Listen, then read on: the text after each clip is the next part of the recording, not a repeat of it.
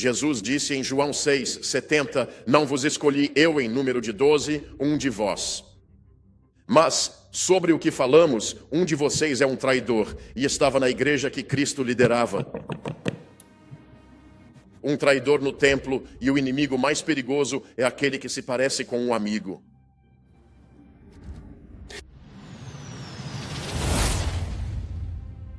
Pastor Randy Skitt, em seu sermão, Traidores no Templo. Ele tinha muito a dizer sobre muitas coisas que aconteciam na igreja. Este sermão vai te deixar muito feliz, mas vai deixar algumas pessoas irritadas. Certamente há adventistas chateados pelo que eu disse. Haverá um link na descrição abaixo para esta mensagem se quiser ouvir o restante. Compartilharemos algumas reflexões sobre vários pontos do sermão.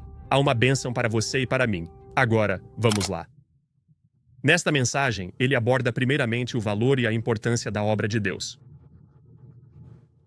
Não, de forma alguma, às custas de pregar o Evangelho eterno, as mensagens dos 3 anjos. Essa declaração por si só se aplica a várias de nossas instituições. Porque tive fome e vocês me deram de comer. Eu tive sede e vós me destes de beber. Eu era um estranho e me acolhestes. Estava nu e me vestistes. Fiquei doente e me visitastes. Estava na prisão e me fostes visitar. Jesus disse que vocês fizeram todas essas coisas. É obra de quem segue as inspirações do Espírito de Deus. Se você pegar só essa passagem e não ler outras declarações de Cristo em outras partes da Bíblia, pode pensar que a obra da Igreja Adventista do 7º dia é apenas alimentar os famintos e vestir os nus. Ouça-me com atenção, o principal. O foco primordial da Igreja Adventista do 7º dia, notem bem o que eu disse, qual é o foco primordial. O que significa que há um secundário, talvez um terciário. O propósito primordial da Igreja Adventista do 7º dia é a proclamação de uma mensagem não só anunciada, mas também vivenciada na prática. Amém. Comigo? Sim. Certo.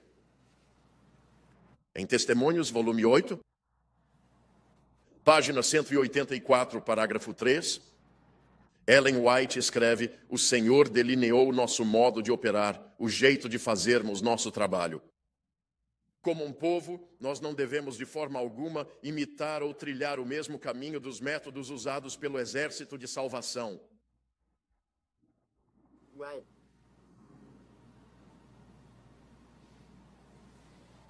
Não os condenemos. Este não é o trabalho que o Senhor nos chamou. Sim. Alimentar famintos? Sim. Deixe-me colocar desta forma. Digamos que comida fosse fornecida para todas as pessoas famintas 3 vezes ao dia. Digamos que moradia fosse fornecida para cada pessoa sem teto, com eletricidade, água corrente em todo o mundo. Cada pessoa tem comida 3 vezes ao dia. Cada pessoa tem água corrente, eletricidade, segurança. Haveria necessidade de uma organização para fornecer comida? Não. Haveria necessidade de uma organização para fornecer roupas? Não. Todos têm roupas, todos têm comida, todos têm uma casa.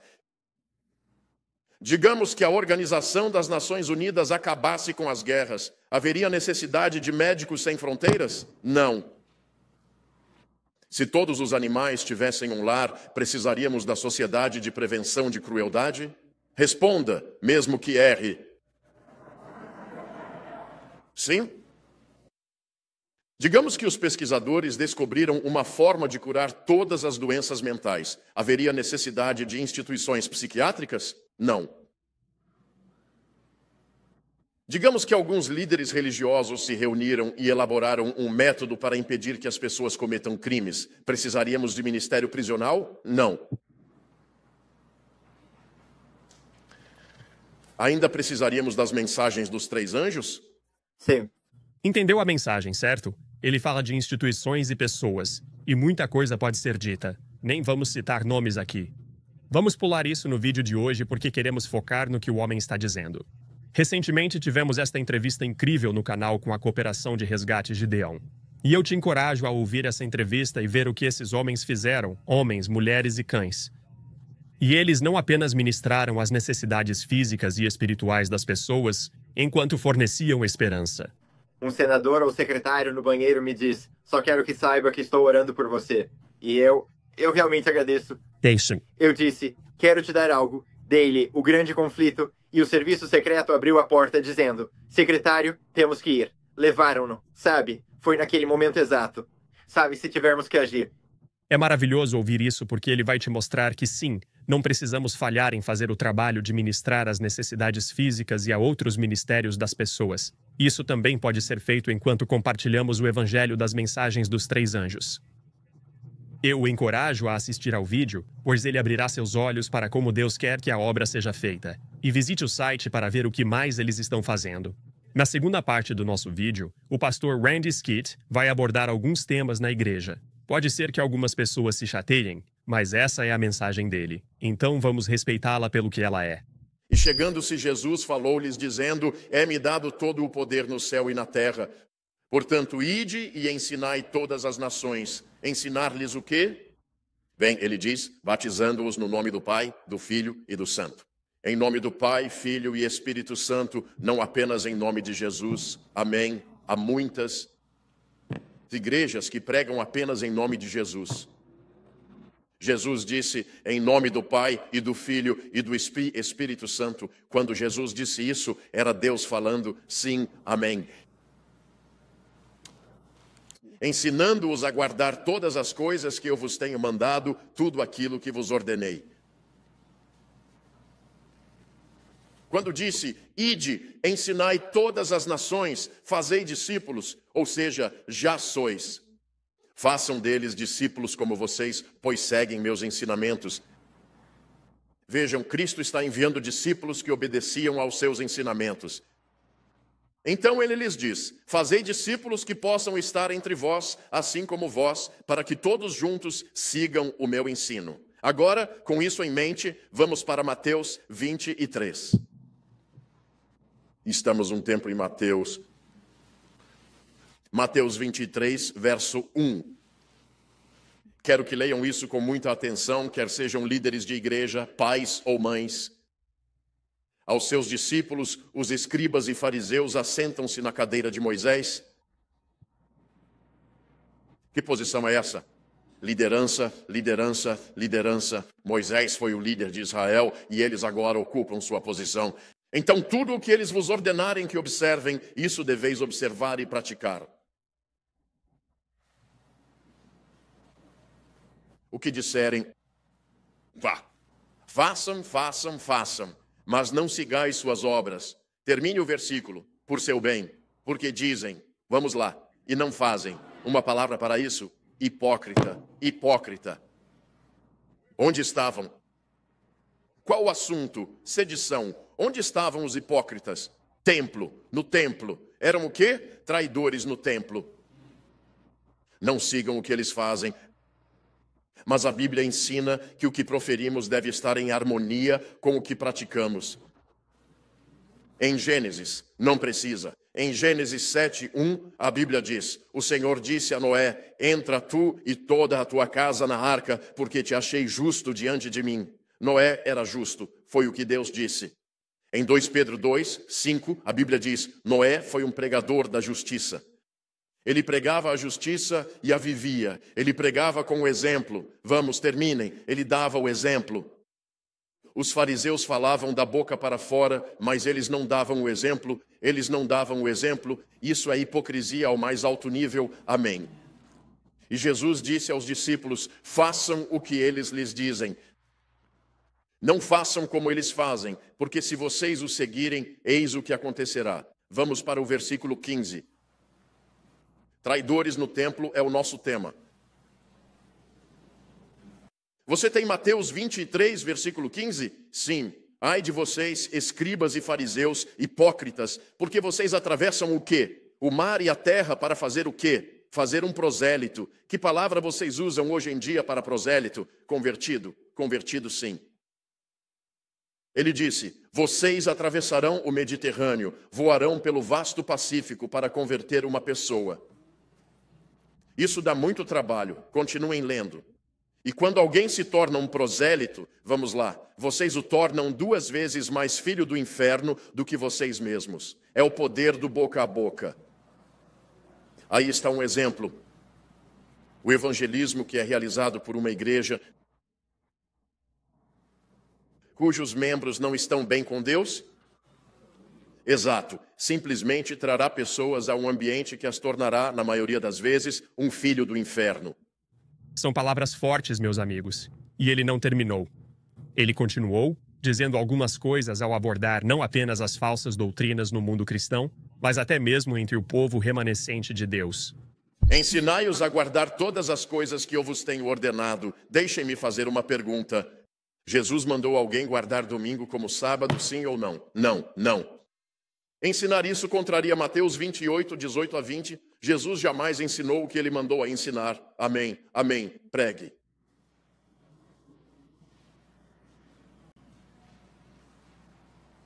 Quando você ensina, não há Espírito Santo. Você não ensina o que Jesus ensinou. Jesus disse, ensinem o que eu ensinei. Ele ensinou sobre o Espírito Santo. Quando diz que não há trindade, vai contra Cristo, pois sua palavra ensinou Pai, Filho e Espírito Santo. Ensinem o que eu ensinei, correto. Quando diz que os mortos não estão mortos e que vão direto para o céu, não está ensinando o que Jesus ensinou. Isso mesmo. E ao evangelizar sem ensinar o que Jesus ensinou, teremos convertidos, sim, mas não convertidos a Deus. Haverá convertidos à igreja, e nem todos da igreja são filhos de Deus. Não tenho mais nada a dizer sobre isso. São essas as coisas que o pastor Randy Skeet chama de traidores no templo. Nosso assunto para esta manhã, traidores no templo. Pisei no calo?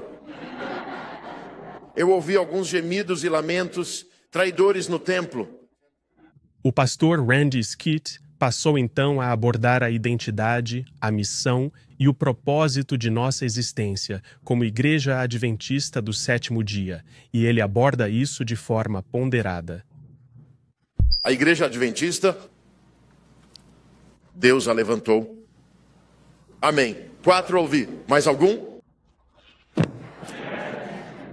Amém. A Igreja Adventista do Sétimo Dia foi erguida por Deus. Amém. Para pregar uma mensagem. Isso. O que estou prestes a dizer? Para pregar uma mensagem, ninguém mais o prega. Amém? Exatamente. Certo. Sabe por que ninguém mais a prega, embora esteja na Bíblia? Ninguém mais foi chamado. Vamos lá. Alguém dirá, ele é politicamente incorreto. Sim, mas sou biblicamente correto. Amém? Sim. Amém? Sem arrogância. Quando Jesus disse, vós sois a luz do mundo, referia-se a eles, não ao mundo. A conclusão é que o mundo está em trevas e precisa de sua luz. Isso mesmo. Amém. Mas quando na igreja vivemos como o mundo, viramos trevas na igreja. Isso mesmo. E as trevas não podem iluminar as trevas. Isso mesmo. Amém. Vós sois de fato o sal da terra. Exatamente. Se o sal perder o seu sabor, mas ainda estiver na igreja, Jesus diz, para nada mais presta. A igreja está cheia de gente que não serve para nada.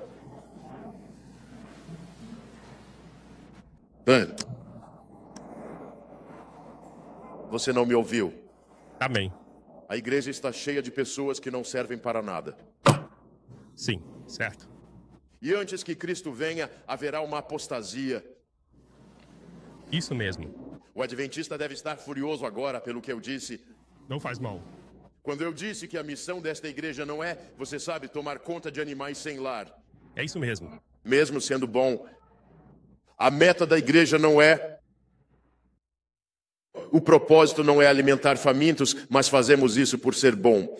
Não é a nossa missão principal, porque outras organizações fazem isso. Amém. Sim, sim. A igreja não foi feita para resolver direitos civis. Outras organizações fazem isso. Mas nós nos importamos com os direitos civis porque Jesus acredita na justiça.